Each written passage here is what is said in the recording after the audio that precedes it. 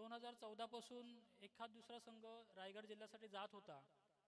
तदनंतर कोरोना नंतर असा संघ झाला, एक कालसुरी गावामध्ये एक मॅच झाली, शो मॅच.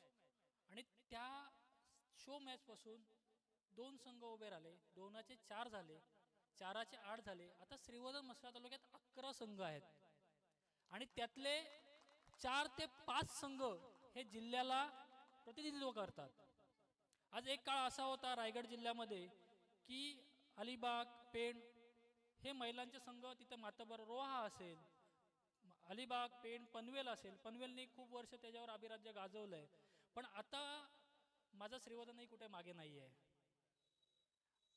तुमच्या सगळ्यांचं सहकार्य एवढं लाभतंय तर काही महिन्यामध्ये किंवा काही वर्षामध्ये तुम्ही जर का असं सहकार्य करत राहाल, खेळाडूंना प्रोत्साहन देत राहणार, तर आम्ही एक दिवस कधी ना कधी रायगड जिल्ह्याचं अजिंक्यपद या श्रीवर्धन तालुक्यात आणण्याचा 100% प्रयत्न करू. तुम्ही असंच सहकार्य करत राहा, खेळाडूंच्या पाठीशी उभे राहा, आम्हाला सहकार्य करा. परत एकदा मी सिद्धार्थ बोरकर आणि त्यांच्या सहकार्या सगळ्यांना आभार व्यक्त करतो आणि त्यांच्या विनंतीला मान देऊन जेवढे केवढे संघ इथं आलेत, एका शब्दावरती आमचे मित्र असतील हरिश्चंद्र लोधी, हे सामने होत आहेत, त्याच्यामध्ये सगळ्यात मोठा सिंहाचा वाटा असेल तर त्या लोधी साहेबांचा आहे.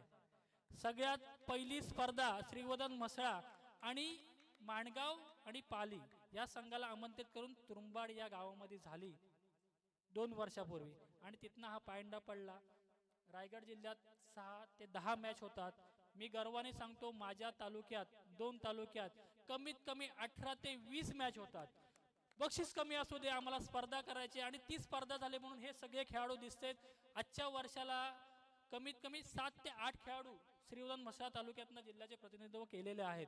हे सगळं आपलं सगळ्यांचं यश आहे. हे खेळाडूंचं स्वतःचं नाहीये की आमचं नाहीये. आपण एवढं सगळ्यांनी सहकार्य केलं, त्याच्यामुळे असं सहकार्य करत राहा. मुलांच्या मॅच सोबत मुलींच्या पण मॅच होऊ दे, खेळाडू खूप चांगले होतील. आपण सहकार्य करा आणि बाकीचे सगळे प्रयत्न आम्ही करणार आहोत. धन्यवाद. धन्यवाद आदरणीय निखिल.